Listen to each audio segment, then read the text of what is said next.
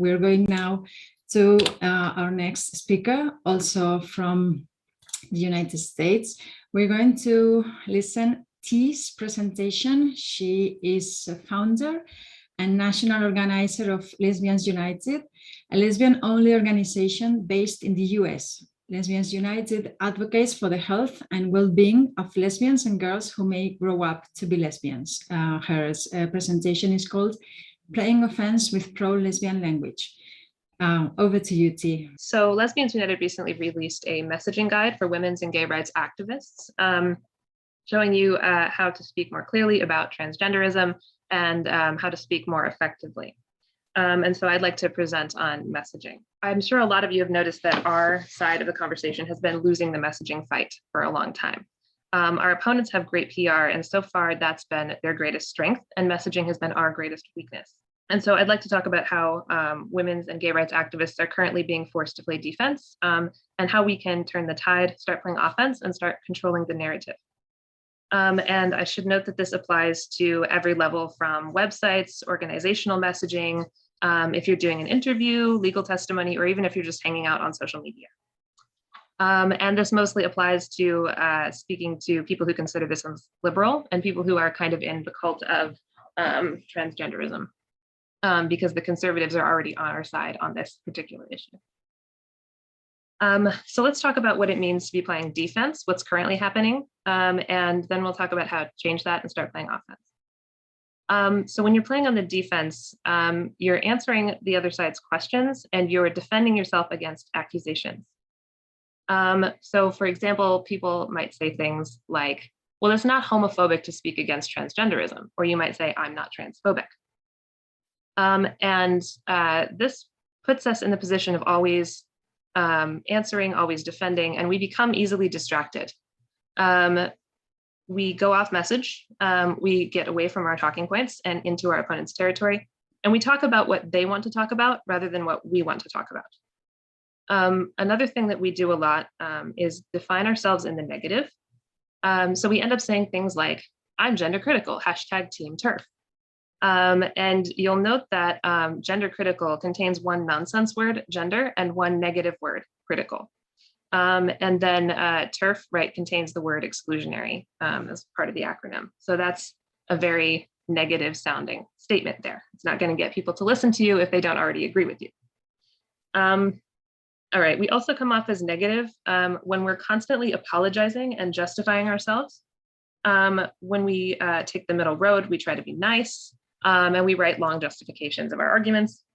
So things like saying, you know, I'm not transphobic, or saying, I'm trying to protect trans kids from medical harm, apologizing for coming off too strong, apologizing for seeming radical, things like this we need to stop doing.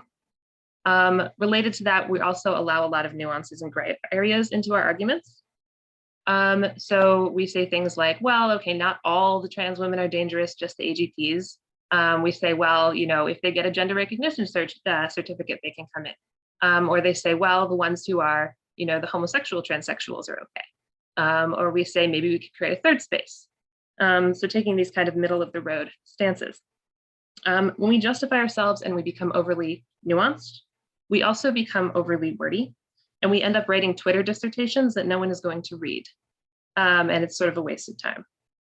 And the last point here on the defense side is that we often end up using our opponent's jargon, which contributes to the widespread gaslighting and confuses our message. And we'll talk a lot more about specific language later. But now let's talk about how to turn all of this around and start playing offense. So instead of constantly answering questions and defending ourselves against accusations, we can ask questions and make accusations of our own. This enables us to control the conversation. So we can say things like, why are you letting people with penises tell you what lesbians are? That's a very good question, right? That's really homophobic of you. We can say things like, do you believe that exclusive same-sex attraction is immoral? Right? Wow, you sound just like the Westboro Baptist Church. So making accusations, right, puts your opponent on the defensive. And it allows you to drive the conversation. And when you drive the conversation, you get to stay on message. We get to stick to our talking points, and we return to them when the conversation strays. And this is kind of like the core of the idea of advertising, right? Repetition. right? Repetition, repetition, repetition. If you want people to remember what you're selling, in this case, an idea, because all activists are selling an idea, you need to repeat it over and over. And so you need to stay on message. Instead of defining ourselves in the negative, we need to start defining ourselves positively. We create positive associations with us in people's minds, which makes them more likely to listen to us. We get to direct the conversation and seem harder to attack. So instead of calling yourself a TERF or gender critical, you can just say, I'm for gay rights. If you're pro-gay, your opponent has to prove that they're not anti-gay before they get to speak against you, right? You put them in the position of defending themselves against an implied accusation of homophobia. And when we do this consistently and insistently, we force our opponents to back down. Your goal when making a political argument against another person should be to make your opponent back down or melt down. If they back down, you win. If they melt down, they look crazy, you look reasonable, and you win. So we need to get used to saying things like this and insisting upon them. You're being homophobic, stop lying. Another thing that we can do is to state our arguments very clearly. So when we make really nuanced arguments, we often come across as kind of wishy-washy. If we state our arguments in clearer terms, one, they're easier for people to understand. Two, they're easier for people to remember. And three, you look like you really know what you believe in, which matters. We should also keep our arguments short and simple. So again, the more you can repeat it, the more people will remember it. So short is repeatable. And if you think about what our opponents are doing, we can kind of take a page from their book here, because they say things like trans women are women, which sounds very clear and simple. Even though it's actually a very complicated and nonsensical statement, it sounds very clear and simple, and it's short, and it gets repeated over and over. So it ends up beating our arguments, even when our arguments are true. And while we're talking about short and simple, we also need to talk about using accurate language, instead of using the unrealistic jargon that our opponents have coined to confuse everybody. Our opposition is actively trying to make it impossible to speak out about women's and gay issues. And this is creating huge problems for lesbians in terms of both our legal rights and defending our personal boundaries and the boundaries of our community. When we use the opposition's language, three things happen. One, we contribute to mass confusion and thus the erosion of legal rights. Two, we make ourselves look bad, like we're trying to talk on both sides of the issue, like we actually believe in nonsense concepts like transgender, and like we don't really know what we're talking about. And three, we confuse and gaslight ourselves, because how you speak influences how you think, and vice versa. So it's time to stop complying with the opposition's jargon. And I'd like to talk about replacing some of the terms coined by our opposition with more lesbian inclusive language. And I'll show a few on the screen, but I want you to know that there are a lot more in our messaging guide, which you can find through our website. And I will put a link to that in the YouTube description. Women's and gay rights activists often get conned into saying things like trans women. We say things like trans women aren't women, which is a confusing and seemingly self-contradictory statement because it contains the phrase women aren't women, and people who aren't really up on the issue don't really know what you mean, right? So instead of saying trans women, we can just call them what they are, which is men. We've also coined this term trans-identified males to try to talk like middle ground of the issue, right? We're affirming the nonsensical ideas of trans and identity. And we're also implying that men who lie about their sex are somehow actually different from other men. They're not men, they're males, they're somehow identified. Instead of this, we can call them what they really are, which is men who lie about their sex. Another term we use, trans rights activists. What exactly is a trans right? I would like to know. These people are not trans, they're not fighting for any rights. They're actually fighting to take rights away from women, gay people, and parents. And so instead of calling them this very positive sounding term, we can call them anti-lesbian activists, anti-woman, anti-gay, whatever you want to call them, but this is what they are, right? They're fundamentally against other people's rights, and we need to call them that. This is one, the LGBT lobby. We've seen a lot of this from women's rights activists, particularly. We'll talk about the LGBT lobby and the harm that they're doing to women's rights. Lesbians United really wants you to stop using the term LGBT, which is at the heart of confusion and also at the heart of the opposition's propaganda. It links lesbians, gay men, and bisexual people to the concepts of transgenderism. And it really paints lesbians in a bad light, as if we're fighting against our own rights, as if we're fighting against women's rights, as if we're fighting against the safeguarding of children. So instead of talking about the LGBT lobby, which is an untrue concept, we can talk about the anti-lesbian lobby, which again paints our opponents in the negative, by implication paints us in the positive, and also makes it very clear that transgenderism is not for or about lesbians at all. All right. This is one term that radical feminists in particular really like to use, gender. Radical feminists like to talk about gender as a social construct. The term gender was coined by John Money, who was a pedophilic doctor. And it's been used by a lot of people in a lot of ways, particularly by transgenderists in a positive context. And so in the public perception, gender is a positive thing. So it really confuses the conversation when we use it at all. So instead of talking about gender, I think what people usually mean on our side when they talk about gender is stereotypes. So let's just say what we mean, which is stereotypes of men. And I'd like to talk about replacing the word gender in a couple of other common phrases as well. So gender critical, again, negative word plus nonsense word equals very confusing epithet. So instead of this, we can just say that we're pro-lesbian. And then gender dysphoria not only contains the word gender, but it also reinforces a bogus psychiatric diagnosis that's targeting lesbians for medicalization. So instead of using gender dysphoria and kind of reifying the psychological establishment's lies, we can say distress over biological sex. It is an important concept that needs to be spoken about. I'm not denying that it exists, but the way that we speak about it needs to change because currently we are reifying the DSM entry for gender dysphoria, which is just pure homophobia and medicalization.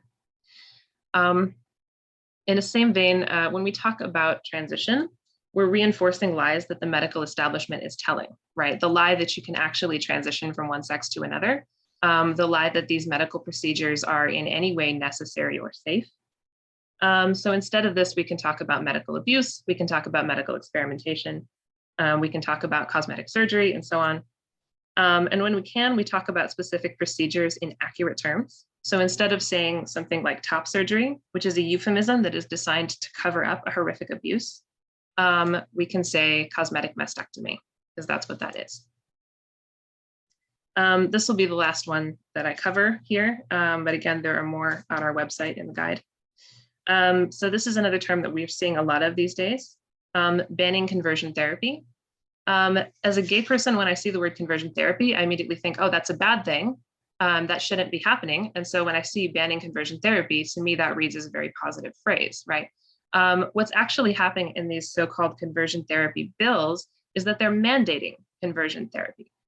They're trying to outlaw giving talk therapy to people who are distressed over their biological sex and make it mandatory to put them through medical abuse instead. So instead of saying banning conversion therapy, we can say mandating conversion therapy. We can also say denying lesbians access to healthcare, because that's what those bills effectively do. So for the rest of this presentation, I'll be talking about how we can put all of this together and create narratives. And this is about the narratives that we tell other people and also the narratives that we tell ourselves.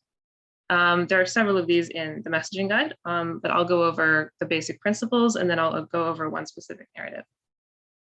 So a pro-lesbian narrative explains the tangible effects of a policy or social norm on women or gay people, or both. Accurately describes people and events, meaning it describes men as men, it describes sexual harassment as sexual harassment, and so on. It uses positive language to describe the pro-lesbian viewpoint, that's our viewpoint, and it uses negative language to describe anti-lesbian activists. So I'll read out this sample narrative. This narrative focuses on something positive, which is, or at least positive to leftists, which is destigmatizing homosexuality. But you'll see that this is a narrative that you can use to argue for single-sex prisons and accurate crime reporting. So the narrative is, like all women, lesbians are extremely unlikely to commit violent or sexual crimes, but our society often records heterosexual men's sex crimes as lesbian crimes. This wrongfully increases stigma against lesbians by blaming them for crimes committed by men. We can help to destigmatize lesbians by creating a new system that records crimes based on sex. If we make accurate reporting a priority, we can ensure that the lesbian community is not blamed for men's crimes. We can build a more inclusive society, one where lesbians can participate fully in public life, free from discrimination and homophobia. So you can see that this narrative hits all the points. It explains the effects of the current policy on lesbians, which is increasing stigma against us. It describes heterosexual men as heterosexual men, not as trans women or as trans identified males. And if you look at where the positive language in this narrative is, it's on our side. All of the underlined words here: destigmatized, accurate reporting, inclusivity, freedom, full participation. These are all things that are considered positive on the left, which again is the side that we need to convince on this issue. I also want to highlight in particular the term new system.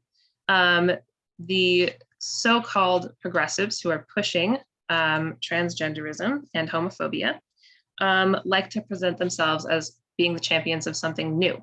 The old way is bad, the new way is better. That's how people who consider themselves progressive think. And so when we talk about the current system being bad and we want a new system, right, we look progressive. If we were to talk about going back to the old system, we look reactionary. And so we talk about a new system instead. And then if we look at the negative language here, it's all attached to our opposition. So this argument is saying we're against stigma, we're against blaming lesbians, and if you disagree with us, you are discriminatory and homophobic. And that's sort of how we put all that together.